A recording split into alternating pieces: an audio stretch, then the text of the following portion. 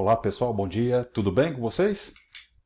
Estamos chegando então ao final do nosso estudo de propriedades coligativas, né? Estamos aí já na semana 4. E nessa semana 4 a gente finaliza falando sobre a osmometria, ou fenômenos osmóticos, ok? Tem um pouco aí de biologia, mas tem uma interpretação também na parte da química. Então, se vocês acompanharem aí a semana 4, né, do nosso PET, a unidade temática aqui ainda propriedade coligativa, e nós vamos trabalhar sobre os fenômenos osmóticos ou simplesmente a osmose.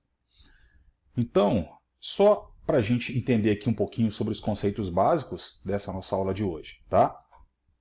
A osmose é a passagem espontânea de um solvente por uma membrana semipermeável, indo de uma solução menos concentrada ou um solvente puro para uma solução mais concentrada ou menos diluída. Então, a gente vai observar que a osmose, né, ela é muito explicada na biologia. Então, por exemplo, vamos para o cotidiano. A gente está temperando aqui uma salada de alface. Tá? Então, você tem aquelas folhas de alface bem verdes, né, bem cheias, e você temperou com sal. Se a gente for observar, depois de um certo tempo, as alfaces, as folhas murcham e começa a surgir uma água na parte onde estavam essas folhas. Então o que aconteceu? A água que estava dentro das células vegetais saiu para o meio externo. Então significa que houve uma perda de água. Esta passagem de água que estava dentro das células vegetais, dentro das células do alface, foram para fora, por osmose. Então, esta passagem de solvente, no caso da água, ela vai explicar muitos fenômenos quando a gente está temperando uma carne. Geralmente essa carne ela perde água. Ou quando nós tomamos muita água depois que a gente consumiu algo que estava muito salgado, né? Foi um fenômeno de osmose que aconteceu nas nossas células. A gente perdeu água para o meio. Então a gente vai entender um pouquinho sobre esses fenômenos osmóticos, explicando para vocês aqui nestes slides. Então vamos lá. Então aqui nós temos PET 2, semana 4 da nossa atividade, tá? Então nós já fizemos, né, um percurso sobre estes efeitos coligativos aqui. Então só para recapitular, nós já falamos sobre a tonoscopia, que estuda os fenômenos da pressão do vapor, a ebullioscopia, que estuda a elevação da temperatura de ebulição quando for colocado um soluto não volátil em um determinado tipo de líquido ou solução. A crioscopia, que estuda o abaixamento da temperatura de congelamento quando é colocado um soluto não volátil, né, no meio líquido também. Então, por último aqui, a gente vai fechar com a osmometria, ou fenômenos osmóticos, beleza? Então, novamente, pessoal, a osmose estuda a passagem espontânea de solvente, não só água, mas qualquer solvente, de uma solução mais diluída para outra mais concentrada, através de uma membrana semipermeável, ok?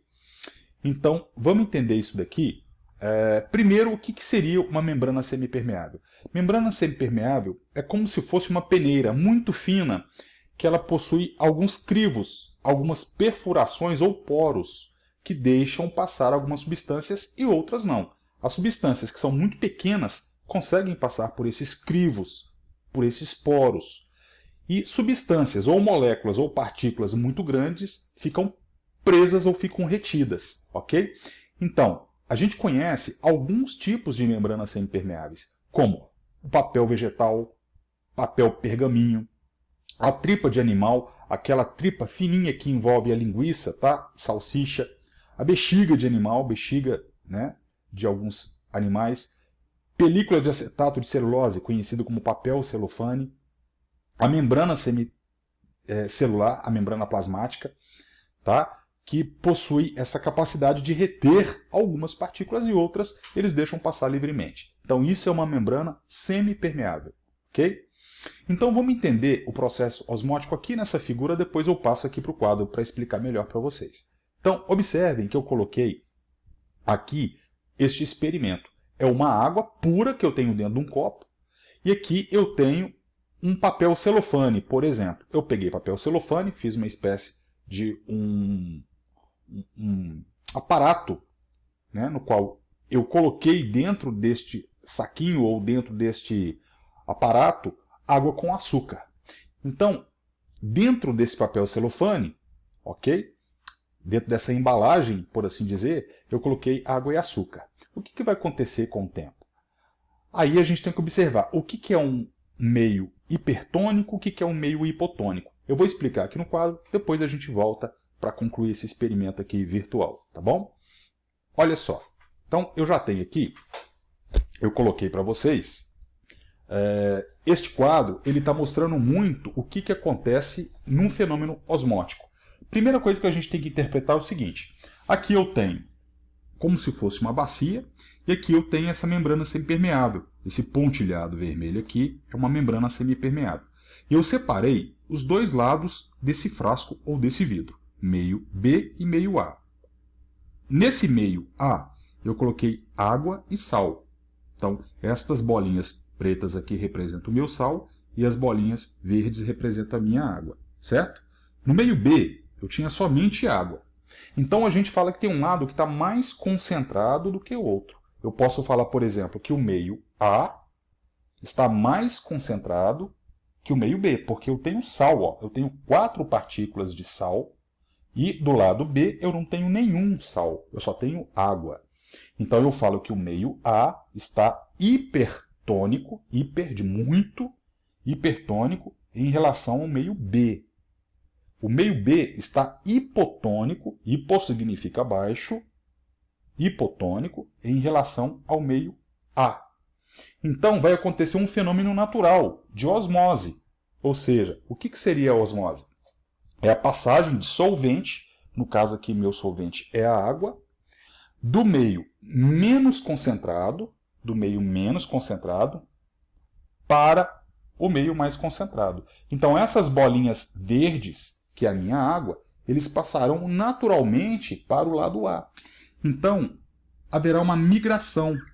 Então, estas partículas aqui, elas irão migrar para o lado A. Então, isso é a osmose. Com o tempo, o que a gente observa? Que este nível aqui de água do meio B vai diminuir e o nível de água do meio A vai aumentar. Porque, né, algumas partículas de água que estavam no meio B passou para o meio A. Isso, pessoal, é a osmose. É a passagem de solvente do meio menos concentrado para o meio mais concentrado, a fim de diminuir essa diferença de concentração, tornando o meio A mais diluído, ok? Só que tem uma força que impede essa migração de água natural. Porque chega uma hora que isso daqui para, né? Esse processo cessa.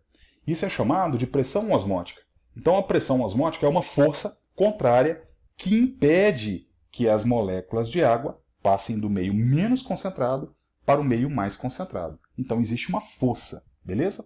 Que impede esta passagem aqui. Então, todas as vezes, por exemplo, que você estiver temperando uma salada, essa salada aqui, então, estaria representando, né, esse meio. Eu coloquei sal, certo? Aqui seria a membrana da folha.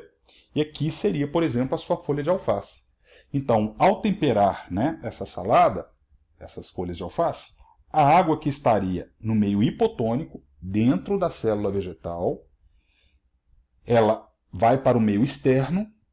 Então, o alface perde essa água, né, para o meio externo, a fim de regular essa concentração. Okay? Então, este fenômeno osmótico ele explica muito o transporte de água através de membranas. Tá? E geralmente, nesse transporte de água através dessas membranas, é para regular essas concentrações. Okay? Vamos voltar aqui para... Aí, o exemplo, então. Ó. Então, a gente está observando aqui que eu tenho uma membrana semipermeável, que é como se fosse, pode ser um papel celofane, ou pode ser uma bexiga, por exemplo, que é uma membrana semipermeável, e eu coloquei dentro desse saquinho, dentro desse recipiente, água com açúcar. O açúcar é o meu soluto não volátil. Tá? Então, o que a gente espera que aconteça aqui? Que a água migre da parte externa, meio hipotônico, para o meio hipertônico, que é esse meio onde está o açúcar. Olha só o que pode acontecer. Então, teoricamente, essa água aqui vai diminuir o volume e a bexiga vai aumentar o volume. Olha lá. Tá vendo? Ó, que ela aumentou antes e o depois. O meu volume de água diminuiu e o meu volume interno da bexiga aqui, ela aumentou. Isso para que as concentrações ficassem menos diferentes possíveis. Tá? Aqui eu tenho alguns exemplos, né, de algumas figuras mostrando esse esquema que eu representei aqui no quadro. Ó. Um lado que tem mais concentração é o lado que tem mais partículas. O lado menos concentrado é o lado que tem menos partículas de soluto. Ok? Então essas bolinhas menores aqui, se vocês observarem, pode ser a água, pode ser o solvente. Né? Ela está passando do meio hipertônico, do meio hipotônico, desculpe, hipo, baixa concentração, para o meio hipertônico. Eu tenho aqui muito mais partículas de soluto do que solvente. Então aqui eu tenho um meio mais concentrado, certo? E esse lado de cá eu tenho só 3 partículas azuis. Então é o menos concentrado, é o hipotônico. Aqui outra figura mostrando, né, esse movimento que a água faz do meio que está menos concentrado, hipo, para o meio mais concentrado, que é o hiper. Ok? Então, a pressão osmótica ela é muito importante e explicam vários fenômenos. Então, como eu falei para vocês, ó, o fato das verduras murcharem após serem temperadas com sal acontece porque o sal retira a água das células desses vegetais e ela migra para o lado externo. Então, os tomates que foram temperados, se você demorar a consumi-los, eles ficaram murchos por causa da osmose, né? Ajuda na conservação dos alimentos, por exemplo. A carne, quando ela é salgada, antigamente quando não tinha geladeira, as carnes eram salgadas, né? E as frutas eram cozidas em muita calda. Então, muito açúcar e muito sal causavam, por exemplo, a osmose em micro-organismos. Então, estes micro-organismos, quando colocados em meio muito hipertônico, eles perdem água para o meio e esses micro-organismos então não proliferam, tá? Bom, então aqui eu tenho alguns outros esquemas mostrando para vocês aqui, novamente, ó, você tem aqui apenas água e aqui você tem um lado que está muito concentrado. Então, existe uma pressão osmótica. A pressão osmótica, como eu falei para vocês, é aquela pressão externa que impede que a osmose aconteça. Então, é como se fosse um bloqueador de osmose, porque isso é um fenômeno natural, tá? Então, relações. Solução menos concentrada. A solução menos concentrada tem maior pressão de vapor. Ela evapora muito mais. Então, ela vai ter menor pressão osmótica. Então, a água ela vai migrar menos para uma solução que tem menor concentração. Né? O contrário também existe. Aquela solução que for mais concentrada, um copo de água com açúcar, por exemplo, tá? Ela tem uma concentração maior. Então, a sua pressão de vapor, ou seja, ela perde menos vapor de água. Então, a sua pressão osmótica é maior. Por quê? Porque é uma força contrária à migração de água se fosse dois meios separados por uma membrana semipermeável, a pressão osmótica também tem que ser maior, tá? Como já foi falado ali na figura. Ok? E aqui só para a gente fechar, né? Esse quadrinho aqui é uma charge que está mostrando duas lesmas e elas estão aqui bem apavoradas porque tem uma armada com sal. Está dizendo que ela está armada, né? Então, para alguns organismos, por exemplo, como as lesmas, se colocadas no meio hipertônico, ou seja, muito sal fora do organismo delas, elas perdem água por osmose e elas podem até morrer com isso. Então, por isso que elas estão aí meio que apavoradas com relação ao sal de cozinha. Beleza, pessoal? Então a gente fechou aí a nossa última semana, tá? Na semana seguinte nós já vamos começar com o PET volume 3. O nosso assunto do volume 3 é sobre termoquímica, que é muito bacana esse capítulo também, tá bom? Qualquer dúvida, entre em contato comigo que a gente acha uma solução juntos. Falou, pessoal, um abraço, até mais.